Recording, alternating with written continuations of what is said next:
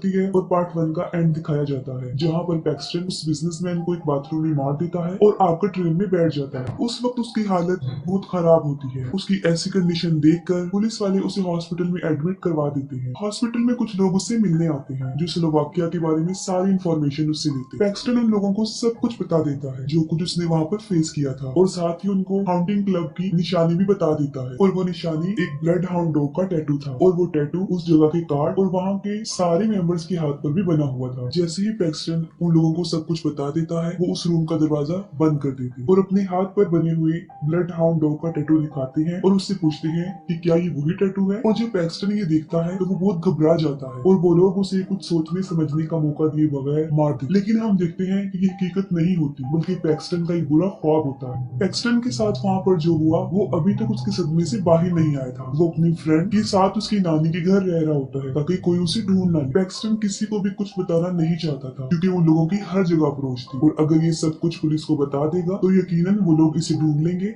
और इसे मार देंगे। इस डर को वो अपने दिल में रखकर जिंदगी गुजार रहा था और उसका बिहेवियर भी काफी अजीब था, जिसकी वजह से उसकी गर्लफ्रेंड बहुत परेशान रहती। उन दोनों की आपस में बहस हो जाती है और पैक्सटन वहाँ से चला जाता है। अगली सुबह वो पैक्सटन को ढूंढ रही होती है और जब वो किचन में जाती है तो वो देखती है कि पैक्सटन का सर उसके धड़ से अलग है, यानी उसकी बॉडी वहाँ पर है लेकिन उसका सर नहीं था जिसे उसकी बिल्ली खा रही थी। और फिर हम उस हंटिंग क्लब के मालिक साशा को देखते हैं जिसके पास एक आदमी बॉक्स लेकर आता है और साशा उसे अप्रिशिएट करता है। इसके बाद 3 अमेरिकन स्टूडेंट लॉर्ना, विटनी और बेथ को दिखाया जाता है। वो तीनों अपनी आर्ट क्लास अटेंड कर रही होती है। वहाँ पर वो एक मॉडल एक्जेला का स्केच बना रही होती है। जब उनकी क्लास खत्म होती है तो वो मॉडल उनके पास आती है और वो कहती है कि मेरा स्केच मुझे दिखाया जाए। वो स्केच ना इतना प्यारा था और ना ही इतना बुरा, लेकिन फिर भी वो उसे परचेज करना चाहती थी। तब बेथ उसे वो स्केच फ्री में दे देती है, जिस पर एक्जेल उसे एक ड्रिंक ऑफर करती है और वो मना कर देती है और कहती है कि मैं जल्दी में हूँ क्योंकि उन्हें जर्नी पर जाने के लिए ट्रेन पकड़नी थी। वो तीनों घूमने के लिए प्रा जा रही होती है और वो अपनी ट्रेन में बैठ जाती है। बेथ और विटनी ड्रिंक लेने के लिए चली जाती है और लोना कैबिन में ही रह जाती है। जब वो दोनों कैबिन से बाहर आती है तो एक अजीब सा आदमी उनसे टकरा जाता है, लेकिन वो इस पर ध्यान नहीं देती, उसे इग्नोर करके आगे बढ़ जाती है और वहाँ पर उन्हें एक्जेल भी मिल जाती है, जिसे देखकर वो बहुत हैरान हो जाती है। बेथ एक्जेल से पूछती है कि वो यहाँ पर क्या कर रही है, जिस पर वो सोचती है कि जैसे ही मैंने सुना कि वो प्रा जा रही है, उसने भी प्रा जाने का प्लान बना लिया। दूसरी तरफ वही अजीब आदमी दिखाया जाता है जो केबिन के बाहर से काफी देर से लॉर्ना को घूर रहा होता है और देखते ही देखते वो केबिन के अंदर आ जाता है। जब बेथ और विटनी केबिन में वापस आती हैं तो वो देखती हैं कि लॉर्ना रो रही होती है। लॉर्ना उन्हें बताती है कि एक आदमी उसका आईपॉड चुरा कर ले गया है। तभी वहाँ पर एक्जेल भी आ जाती है और उनका आईपैड उनको वापस कर देती है और कहती है कि एक आदमी ने उसका पर्स जबरदस्ती खींचने की कोशिश की थी, तब इसी दौरान उसकी पॉकेट से ये गिर गया। ये सुनकर वो तीनों उस पर शक करने की बजाय, उसे गलत समझने की बजाय अंदर बुला लेती है। वो सब ड्रिंक करने लग जाती हैं और एक्जेल उनको कहती है कि हम स्लोवाकिया चलते हैं, जहाँ पर उसे लगता है कि बहुत ज्यादा सुकून होगा। और वो तीनों भी सुकून की तलाश में थी और वो चाहती थी कि सुकून से ही उनकी वेकेशंस गुजर जाएं, इसीलिए वो भी एग्री हो जाती है। स्लोवाकिया पहुंचने के बाद वो लोग उसी होटल में एक रूम बुक करवाते हैं। तभी रिसेप्शनिस्ट उनके पास आता है और रात को होने वाली फेस्टिवल में भी उन लोगों को इन्वाइट करता है। वो सब अपने अपने रूम में जाती है और बेथ साथ वाले रूम में देखती है कि वहाँ पर एक कपल है जो बहुत खुश होते हैं। फिर हमें वो रिसेप्शनिस्ट दिखाया जाता है और वो उन तीनों के पासपोर्ट्स को स्कैन कर रहा था। स्कैन करने के बाद वो उन्हें ऑनलाइन अपलोड कर देता है, जहाँ पर पूरी दुनिया के अमीर लोग उनका रेट लगाना शुरू कर देते हैं। तब टॉड नाम का एक आदमी सबसे ज्यादा रेट लगाकर बेथ और विटनी को खरीद लेता है। ये बिजनेस बहुत बड़े लेवल पर चल रहा था और किसी विजिटर को इस बात की खबर तक न होती थी कि उसे पूरी दुनिया में नीलाम किया जा रहा है। टॉड अपने फ्रेंड स्टुअर्ट को कॉल करके इनवाइट करता है और वो दोनों अपनी लाइफ में फर्स्ट टाइम ऐसा करने जा रहे थे। वो दोनों स्लोवाकिया पहुंच जाते हैं और वहाँ पर उन्हें बहुत अच्छे से ट्रीट किया जाता है। रात को वो तीनों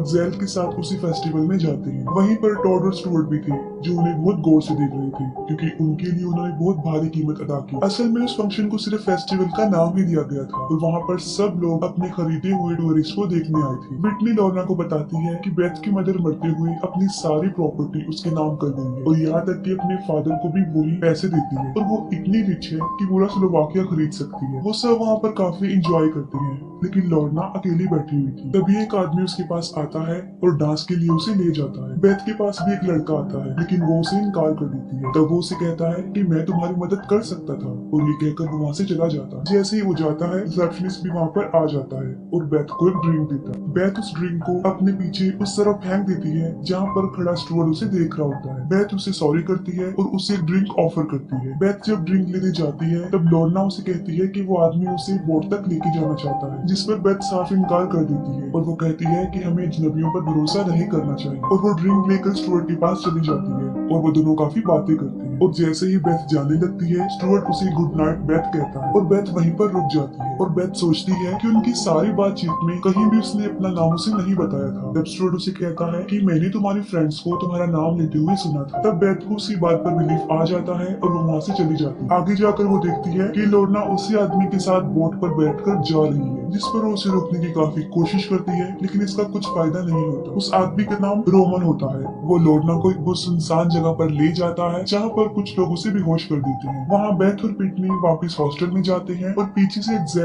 लोर्ना के लिए वहीं पर रुक जाती है। वो दोनों जब अपने रूम की तरफ आती हैं, तब बेथ देखती है कि उनके साथ वाले रूम में दो आदमी हैं जो अपना सामान समेट रहे थे, और जैसे ही वो आदमी बेथ को देखते हैं, अपना दरवाजा बंद कर लेते हैं। और ये वही रूम था जब बेथ ने पहली बार वहाँ पर उस कपल को देखा था। अगली सुबह हम देखते हैं कि बेथ और विटनी एक्सेल के साथ उस स्पा में काफी एंजॉय कर रही होती है, और साथ में वो ये सोचती है कि लोर्ना भी शायद रोमन के साथ एंजॉय कर रही हो। लेकिन लोर्ना मुश्किल में थी, उसे बाथटब के ऊपर उल्टा लटकाया हुआ था, और देखते ही देखते उस बाथटब में एक औरत आकर लेट जाती है और एक औजार लेती है और उससे लोर्ना की बॉडी पर कई जरा कट लगा देती है, जिससे उसका बहुत ज्यादा खून निकलता है और वो नीचे गिरता है। वो औरत उसके खून से नहाती है, फिर उसका गला काट देती है, और जो बचा हुआ खून होता है वो उससे भी नहाती है। फिर हम बेथ को देखते हैं जो स्पा में सोई होती है। जब वो उठती है तब वो देखती है कि उसके आसपास कोई भी नहीं है। वहाँ पर वो बिल्कुल अकेली होती है। वो विटनी को ढूंढने जाती है, लेकिन कुछ गार्ड्स वहाँ पर उसे पकड़ने के लिए आ जाते हैं। उनसे बचने के लिए वो एक दीवार पर चढ़ जाती है और बाहर वाली साइड पर कूद जाती है और मेन रोड पर आ जाती है। वहाँ पर उसे वही लड़का नजर आता है जिसने फेस्टिवल में उसे डांस के लिए पूछा था। बेथ उससे हेल्प मांगती है, लेकिन वो उसकी कोई मदद नहीं करता और वहाँ से चला जाता है।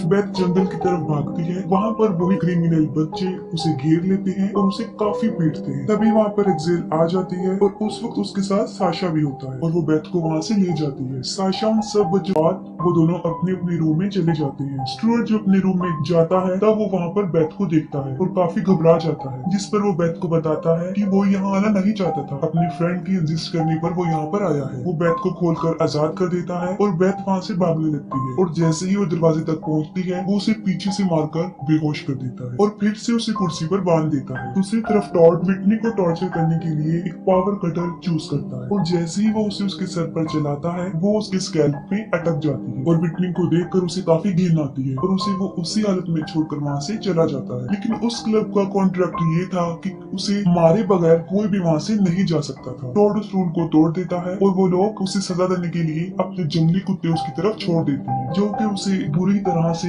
चीर फाड़ करके उसे खा जाते हैं। इसके बाद वो विटनी को मेडिकल एड देते हैं और उसकी पिक्चर बना के सब क्लाइंट्स को दिखाते हैं। वो अपने क्लाइंट्स को कम ऑफर में सस्ते दामों से सेल कर रहे थे, और इस ऑफर को लेकर वो स्टुअर्ट के पास भी जाते हैं, और जब वो सोचता है कि ये बेथ की फ्रेंड है तो वो इसको लेने के लिए यस बोल देता है। वो विटनी को मार देता है और उसका नेकलेस लेकर वो बेथ को पहना देता है। बेथ अपनी जान बचाने के लिए उसे सड्यूस करना शुरू कर देती है। वो उसके हाथ पांव खोलकर उसे टेबल पर लिटा देता है और वो बेथ के करीब आता है, लेकिन बेथ उस पर हमला करके उसे काफी जख्मी कर देती है और उसी कुर्सी पर बांध देती है। तभी वो सिक्योरिटी गार्ड्स वहाँ पर भी पहुंच जाते हैं, जिस पर वो उन्हें गन पॉइंट पर कहती है कि वो स्टुअर्ट को काट देगी, और वो डिमांड करती है कि साशा को यहाँ पर बुलाया जाए। तभी साशा वहाँ पर पहुंच जाता है और उन दोनों को मारने का ऑर्डर दे देता है। तभी बेथ उसे एक डील ऑफर करती है, क्योंकि वो बहुत अमीर होती है। वो उन्हें मुंह मांगी कीमत देने को तैयार थी, जिसमें वो उसे वहाँ का रूल बताता है कि वहाँ का